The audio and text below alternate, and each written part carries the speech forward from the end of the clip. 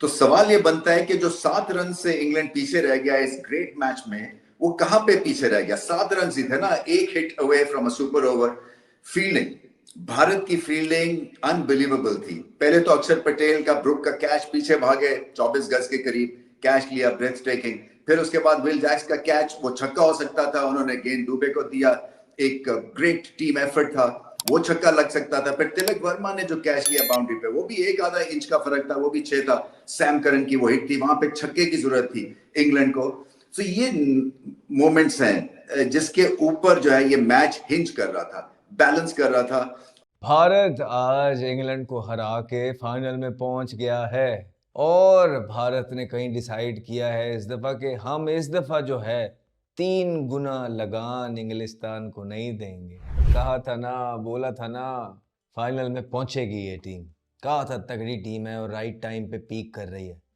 Through out अगर देखा जाए इस वर्ल्ड कप में तो भारत कहीं ना कहीं अपनी बेस्ट क्रिकेट नहीं खेला था इस मैच से पहले। लेकिन जो बड़ी टीमें होती हैं, अच्छी टीमें होती हैं, वो प्रेशर गेम के अंदर जो है बाउंस बैक करती हैं और इस प्रेशर गेम के अंदर हलाल किया। बैटिंग के अंदर, बॉलिंग के अंदर, एंड में क्या मैच देखने को मिला है।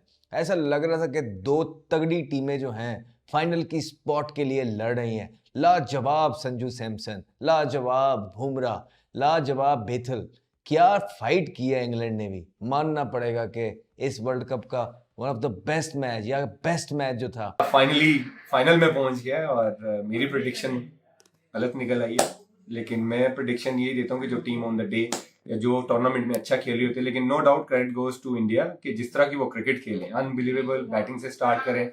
संजू सैमसन इनफॉर्म बैट्समैन थे। मुझे लगता है कि कहीं ना कहीं वहां पे ट्रिक जो है मिस हुआ है, जो हैरी ब्रूक ने कैच छोड़ा है, क्योंकि उस टाइम वो 15 पे खेल रहे थे। अगर वहां पे कैच हो जाता तो मुझे लगता है कि 180 190 हो सकता था। लेकिन फिर इंग्लैंड की जो बॉलिंग भी थी, कोई एज मच कोई उस तरह नहीं था। जोफ्रा आर्चर देख लें आप, 3 ओवर 60 रन, कोई मजा नहीं आया उनकी बॉलिंग का, सब कोई मारा उन्होंने। ये 2014 से सर्किट में है। When I used to back in the days I used to work in India. ये इसका नाम 2015 में भी बहुत चल रहा था। He waited a long period of time because the keeper Dhoni, फिर कार्तिक, फिर इसको लखना जाना। अभी भी जो इसको सिलेक्शन हुई है वो गंभीर इसको लड़के लाया है। बेसिकली अगर देखा जाए इसकी सिलेक्शन ज़बरदस्ती की गई है और काफ़ी क्रिटिसिज्म के बाद की गई है इसकी सिलेक्शन। हालांकि ये फीचरिंग, इसका फीचर नहीं कर रहे थे इसको कोई पिछले पूरे टूर्नामेंट में। फाइनली गंभीर ने put his foot down because he is a certain kind of a गाय।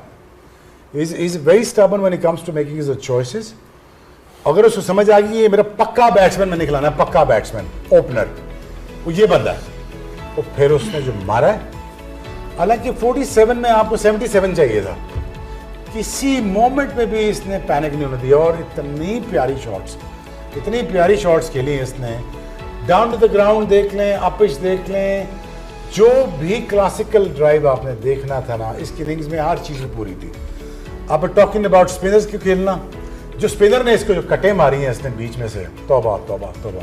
ये स्पेशली पाकिस्तानी टीवी चैनल्स के ऊपर एक्सपर्ट्स बैठे हैं, अब बात कर रहे हैं कि इंडिया जीतेगा या न्यूजीलैंड जीतेगा। इससे पहले बात हो रही थी कि इंग्लैंड इंडिया कौन फेवरेट है, जब जीत गया तो इंडिया कैसे जीतेगा, इन सब चीज़ों की बात हो रही थी। मैं देख रहा था राशिद लतीफ़ साहब, वो ना, उनसे कहा गया आपने तो कहा था इंग्लैंड जीतेगा, वो तो इंडिया जीत गया। उन्होंने कहा ये मुझे आमिर ने मरवा दिया, इसने कहा था इंग्लैंड जीतेगा। मैंने कहा इसका आजकल सही चल रहा है तो मैंने भी बोल दिया इंग्लैंड जीतेगा। पॉइंट ये है दोस्तों, वो पाकिस्तानी फॉर्मर क्रिकेटर्स जो बता रहे थे कि इंडिया सेमीफाइनल भी नहीं खेलेगा, वर्ल्ड कप 2026 का सेमीफाइनल नहीं पहुंच पाएगा, वो अब हमें ये बता रहे हैं कि इंडिया फाइनल कैसे खेल रहा है और क्या वजह है कि इंडिया वर्ल्ड में बेस्ट क्रिकेट खेल रहा है। कहा था तगड़ी टीम है और राइट टाइम पे पीक कर रही है। थ्रू आउट अगर देखा जाए इस वर्ल्ड कप में तो भारत कहीं ना कहीं अपनी बेस्ट क्रिकेट नहीं खेला था इस मैच से पहले। लेकिन जो बड़ी टीमें होती हैं, अच्छी टीमें होती हैं, वो प्रेशर गेम के अंदर जो है बाउंस बैक करती हैं और इस प्रेशर गेम के अंदर हलाल किया। बैटिंग के अंदर, बॉलिंग के अंदर, एंड में क्या मैच देखने को मिला है। ऐसा लग रहा था कि दो तगड़ी टीमें जो हैं फाइनल की स्पॉट के लिए लड़ रही हैं। लाजवाब संजू सैमसन, लाजवाब बुमराह, लाजवाब बेथल, क्या फाइट की है इंग्लैंड ने भी। मानना पड़ेगा कि इस वर्ल्ड कप का one of the best match या बेस्ट मैच जो था वो बिल्कुल यही था और बड़े ओकेजन के अंदर बड़े क्राउड के सामने जो दो टीमों के तगड़े प्लेयर्स ने एंटरटेन किया क्राउड को, पूरा पैसा वसूल। और ये है आजकल की आपकी T20 की क्रिकेट कि एक टीम 250 बनाती है और दूसरी टीम 250 चेस भी करने जा रही होती है, सिर्फ 7 रन्स के मार्जिन से मैच हारा। अब इस पे आप किसका पलड़ा भारी या किसका हल्का कहेंगे, बनता नहीं है, बिकॉज दोनों टीमें ही खूबसूरत खेली हैं। सबसे पहले स्टार्ट करते हैं संजू सैमसन, वो प्लेयर जिसको चांस ही नहीं मिलता भारत के सेटअप के अंदर। उसको इतनी प्रेशर सिचुएशन के अंदर आप लोग लेके आते हैं वर्ल्ड कप के अंदर, और आके वो मिडवे जिस तरह की परफॉर्मेंसेस दे रहा है, नर्व्स चाहिए इस तरह की परफॉर्मेंस देने के लिए, कैरेक्टर चाहिए, डिसिप्लिन चाहिए, बड़ी बड़ी स्ट्रॉन्ग नर्व्स चाहिए। और जो बहुत बड़ी परफॉर्मेंसेस दी हैं संजू ने इन दोनों मैचेस के अंदर, वो फिनोमिनल है। और उसके जो जेस्चर्स हैं वो बहुत हम्बल, बहुत अच्छे तरीके के हैं। कि पहले मैच में जब उसने परफॉर्मेंस की तो उसने कहा कि मैंने अपने दो सीनियर गन्स को ओवर द ईयर्स ये चीज़ भारत के लिए करते हुए देखी है, विराट, रोहित को, और मुझे बड़ा अच्छा लगा कि उनके फुट स्टेप पे चल के मैं उनसे जो सीखा वो मुल्क के लिए डिलीवर कर रहा हूँ। और फिर आज भी उसको पता था कि बुमराह का जो सेकंड लास्ट ओवर था, थर्ड लास्ट, वो कितना इंपॉर्टेंट था, 17वां ओवर, और उसमें उन्होंने सिर्फ 6 रन्स दे के अपना वो ओवर निकाला, जिसकी वजह से भारत ने सिर्फ 7 रन से वो मैच जीता। ये जेस्चर भी बहुत खूबसूरत था। लेकिन क्या प्लेयर है, बहुत ज़बरदस्त। उसके बाद आप देखें, रुके नहीं भारत की टीम कहीं।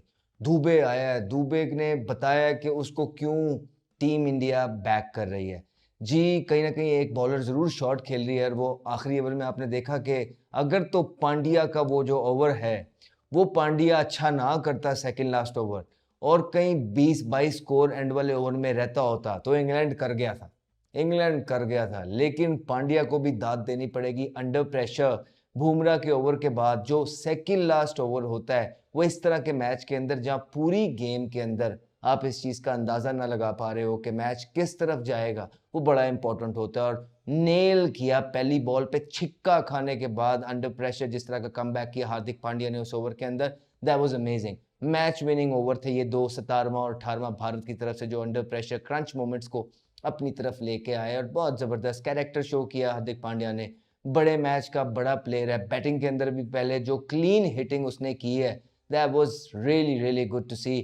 कहीं ना कहीं ट्रिक मिस किया है कि ओवरटन का एक ओवर पड़ा हुआ था, फिर से जैक्स पे आखिरी ओवर के अंदर हार्दिक पांड्या के सामने जो है ना उस पर ट्रस्ट किया, और हार्दिक पांड्या ने मायूस नहीं किया, सिंगल डिले किया। इट शोज कि उनको अपने आप पे कितना तजर्बा है, अपना कॉन्फिडेंस है। इतने बड़े क्राउड के सामने इतने बड़े डिसीजन लेके फिर आपको डिलीवर करना पड़ता है। ऐसा नहीं है कि आप सिंगले भी ना लें और फिर उसके बाद छिक्के भी ना मारें। बड़ा प्रेशर होता है, अननेसेसरी प्रेशर एक प्लेयर अपने पे लेता है, लेकिन उनको बिलीव ही इतना है अपने आप पे, इतने अंडर प्रेशर उन्होंने मैचेस खेले हुए हैं, इतना एक्सपीरियंस उनको हो गया हुआ है कि उनको पता है उनकी कैपेबिलिटीज़, एबिलिटीज़ का। उनको पता है मैं 2-3 छिक्के इसको मार लूँगा। जैक स्कोर वही हुआ, उसके बाद 2-3 छिक्के उन्होंने जो मारे हैं उस ओवर के अंदर भी, वहाँ पे मैच जो है बिल्कुल सीमेंट हो गया उनके लिए। और वो जो इंपॉर्टेंट रन थे ना आखिरी ओवर में, 7 रन से जीता है ना, इंपॉर्टेंट रन थे जो आखिरी ओवर में वो हार्दिक पांड्या ने वहाँ जैक्स के ओवर में जो लिए हैं। उसके बाद बॉलिंग में भी कमाल परफॉर्मेंस उन्होंने दी है। और फिर कैसे हम भूल सकते हैं अक्सर के जो बड़े इंपॉर्टेंट कैच हैं, अगर वो उस टाइम पे जो 2 इंपॉर्टेंट कैच ना लेता, जिस तरह वो जैक्स और ब्रुक्स जा रहे थे, मैच तो वो ले गए थे, मैच वो ले गए थे, बिकॉज स्कोर रुक ही नहीं पा रहा था, पिच भी बहुत ही अच्छा था, ठीक है। और वो 2 तगड़े प्लेयर थे, और जो कैचेस पकड़े हैं अक्षर ने, वो बताया है कि वो ऑलराउंड 3D जो प्लेयर्स आजकल मॉडर्न डे क्रिकेट के हैं वो हैं, बॉलिंग, बैटिंग, फील्डिंग, तीनों में जिस तरह जडेजा तगड़ा था, वैसे ही अक्षर पटेल भी जो है ना वैल्यू ऐड कर रहा है भारत की टीम के अंदर। और Bethell, let's take nothing away from him, what an inning under pressure, what a inning while chasing, it's always tough. बहुत मुश्किल होता है कि जब आप इतने बड़े ओकेजन पे as a youngster ICC world cup के अंदर one of the biggest team Bharat के अगेंस्ट इतना बड़ा टोटल चेस कर रहे होते हो, तो गलतियां बाउंड होती हैं, आप जल्दी जल्दी करने के चक्करों में आउट हो जाते हैं, हमने बहुत दफा देखा है। लेकिन जो क्लीन हिटिंग बेथल ने की है, उन्होंने बताया कि कितना पोटेंशियल है उनके अंदर, और किस पाए के वो मिडल के अंदर प्लेयर हैं, जो शॉट्स उन्होंने मारे हैं, जो पोजीशंस में वो आ रहे थे, अच्छे बॉलों को भी वो बाउंड्रियां लगा रहे थे, बॉलर को कहीं का छोड़ते नहीं, कहीं का नहीं छोड़ते हैं। बहुत पोटेंशियल नजर आया। लेकिन ओवरऑल क्या एक जबरदस्त गेम, बिग बॉयज अपने अपने मुल्क को फाइनल के अंदर पहुंचाने के लिए खेल रहे थे, और लग रहा था कि क्या टक्कर का मैच हो रहा है। इसी तरह के मैच देखने का मजा आता है आपको वर्ल्ड कप के अंदर, जब बड़ी टीमें एक स्पॉट के लिए लड़ रही और उसमें से जो ज्यादा बेहतर थी वो जीत गई। तो सवाल ये बनता है कि जो 7 रन से इंग्लैंड पीछे रह गया इस ग्रेट मैच में, वो कहां पे पीछे रह गया? 7 रन ही थे ना, एक hit away from a super over. Fielding, Bharat की फील्डिंग अनबिलीवेबल थी। पहले तो अक्षर पटेल का ब्रुक का कैच, पीछे भागे 24 गज के करीब कैच लिया, ब्रेथ टेकिंग। फिर उसके बाद विल जैक्स का कैच, वो छक्का हो सकता था, उन्होंने गेंद दुबे को दिया, एक ग्रेट टीम एफर्ट था, वो छक्का लग सकता था। फिर तिलक वर्मा ने जो कैच लिया बाउंड्री पे, वो भी एक आधा इंच का फर्क था, वो भी 6 था। सैम करन की वो हिट थी, वहां पे छक्के की जरूरत थी इंग्लैंड को। तो ये मोमेंट्स हैं जिसके ऊपर जो है ये मैच हिंज कर रहा था, बैलेंस कर रहा था। और भारत चूंकि नहीं है, टफ मोमेंट्स पे बहुत आला क्रिकेट खेली। हालांकि ये भी कह सकते थे कि जब 250 स्कोर कर दिया हमने, पहले हमें कहा कि आप बैटिंग करें, उसके बाद मैच पॉकेट में था, मगर ऐसा नहीं था। प्रेशर क्रिएट होता रहा इंग्लैंड के ऊपर और बैथल ने लाजवाब इनिंग्स खेली। देखिए 22-23 साल की इनकी उम्र है और जो इस तरह से इन्होंने हमला किया है और क्वाइटली एक तरह से ग्रो करते रहे इस इनिंग्स में, वो लाजवाब चीज थी। सो बड़े ग्रेट मोमेंट्स थे। पहले तो संजू सैमसन की ग्रेट बैटिंग थी, उसके बाद ईशान किशन का अच्छा नॉक था, फिर उसके बाद हार्दिक पांड्या के ग्रेट ऑलराउंड डे था, 2 विकेटें ली उन्होंने और ऑलमोस्ट एट पार थे बुमराह के साथ, जबकि आपको क्रिटिकल मोमेंट्स पे उनको बॉल दिया गया। फिर उसके बाद इनकी फील्डिंग अच्छी थी, बैटिंग बुरी नहीं की हार्दिक पांड्या ने। और ओवरऑल अगर आप देखें तो वीक लिंक नहीं था भारत का। होता है ना कि बॉलिंग में कहीं ना कहीं आपको एक वीक लिंक मिल जाता है, वो ठीक है, चक्रवर्ती की धुनाई हुई है, वो हो जाती है एक आधे मैच में।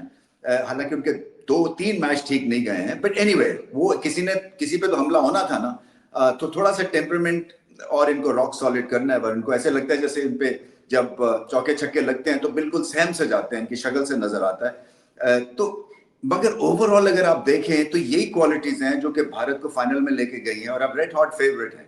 अहमदाबाद में कहां ये हारने वाले हैं, फाइनल हो ही नहीं सकता।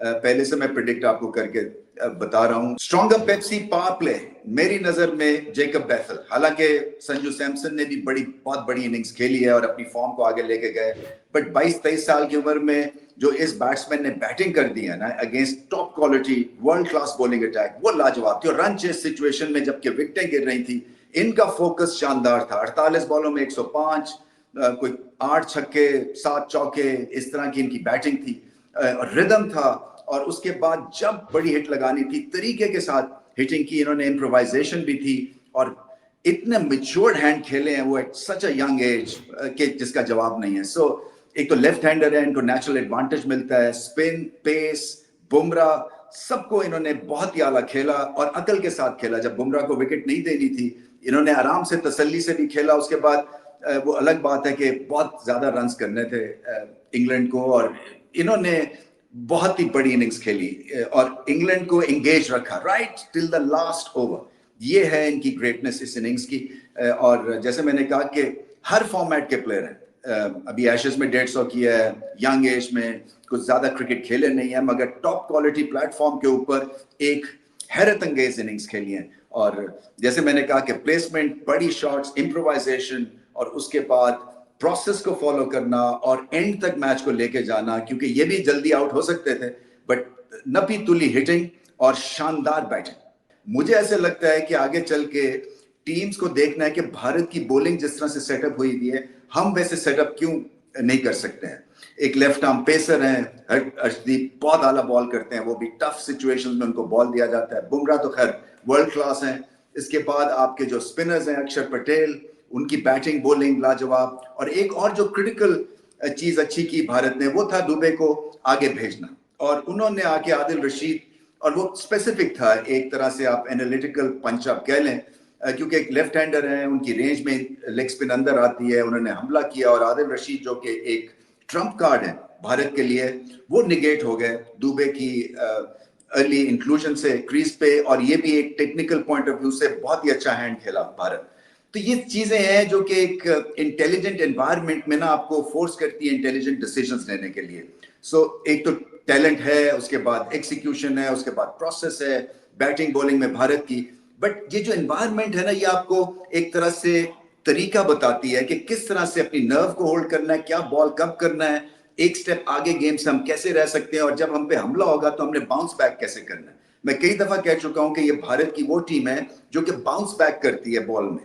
हालांकि एक दफा जब आपको मार पड़नी शुरू हो जाए ना तो बड़ा मुश्किल होता है कि रेन इन करना सिचुएशन को, बट ये भारत जो है ये कम बैक करते हैं क्योंकि इनके पास रॉक सॉलिड बॉलिंग है। ठीक है, कोई कहेंगे कि 250 पे 250 हो गया, बट मैच तो जीत गया ना। और हमेशा से प्रेशर था इंग्लैंड पे। इंग्लैंड जो है वो अपने आप को कोसेंगे क्योंकि जो जोफ्रा आर्चर का बहुत ऑर्डिनरी दिन था, उनके पेसर्स का खास दिन नहीं था। फिर आदिल रशीद को नलिफाई किया गया, और फील्डिंग भी देखे ना, वहां पे चूक हुई और मैसिव चूक थी। ये जो हैरी ब्रुक है बैटिंग में ग्राउंडेड रहे, जल्दी आउट हो गए, और पहला ही बॉल बुमराह ने जो इनको आके किया वो क्या था, वो स्लोअर कटर था।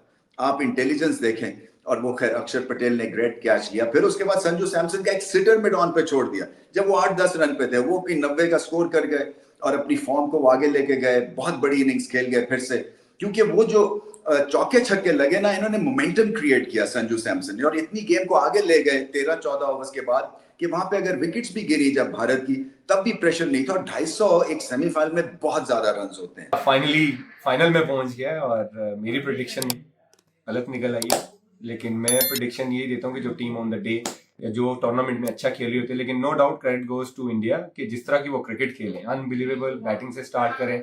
संजू सैमसन इनफॉर्म बैट्समैन थे। मुझे लगता है कि कहीं ना कहीं वहाँ पे ट्रिक जो है मिस हुआ है, जो हैरी ब्रूक ने कैच छोड़ा है, क्योंकि उस टाइम वो 15 पे खेल रहे थे। अगर वहाँ पे कैच हो जाता तो मुझे लगता है कि 180-190 हो सकता था। लेकिन फिर इंग्लैंड की जो बॉलिंग भी थी, कोई एज मच कोई उस तरह नहीं था। जोफ्रा आर्चर देख लें आप, 3 ओवर 60 रन, कोई मजा नहीं आया उनकी बॉलिंग का। सब कोई मारा उन्होंने apart from I think Will Jacks. वहां पे अगर इंग्लैंड थोड़ा सा डेथ ओवर्स में कवर करता तो मुझे लगता है कि 220-230 इस विकेट पे होता है। मुंबई में आपको पता है क्रिकेट ऐसी ही होती है, 200 प्लस होता है।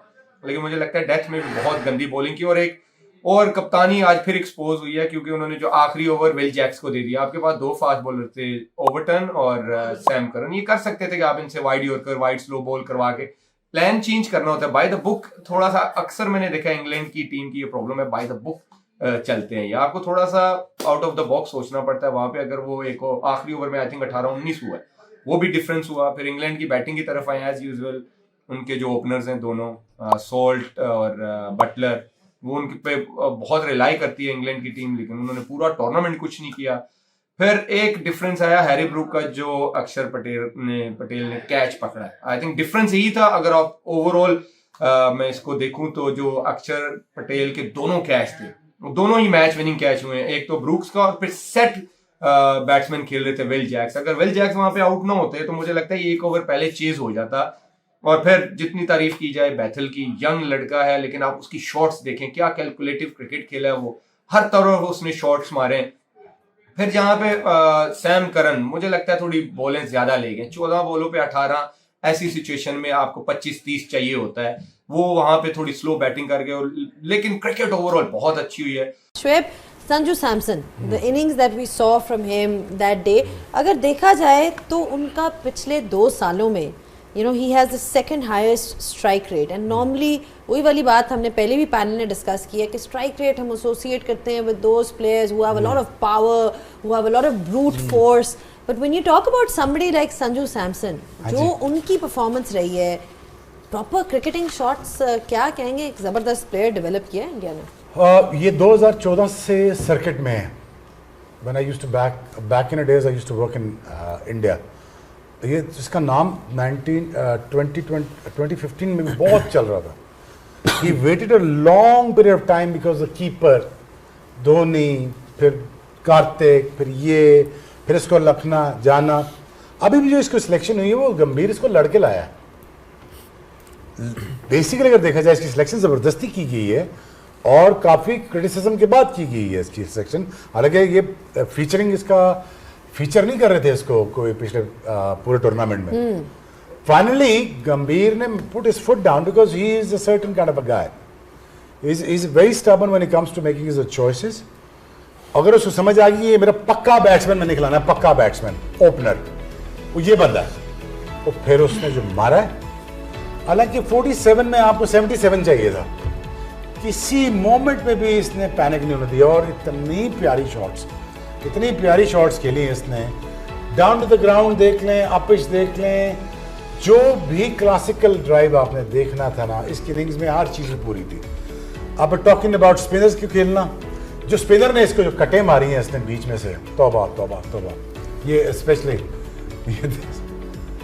पाकिस्तानी टीवी चैनल्स के ऊपर एक्सपर्ट्स बैठे हैं, अब बात कर रहे हैं कि इंडिया जीतेगा या न्यूजीलैंड जीतेगा। इससे पहले बात हो रही थी कि इंग्लैंड इंडिया कौन फेवरेट है, जब जीत गया तो इंडिया कैसे जीत गया, इन सब चीज़ों की बात हो रही थी। मैं देख रहा था राशिद लतीफ़ साहब, वो ना उनसे कहा गया आपने तो कहा था इंग्लैंड जीतेगा, वो तो इंडिया जीत गया। उन्होंने कहा ये मुझे आमिर ने मरवा दिया, इसने कहा था इंग्लैंड जीतेगा, मैंने कहा इसका आजकल सही चल रहा है तो मैंने भी बोल दिया इंग्लैंड जीतेगा।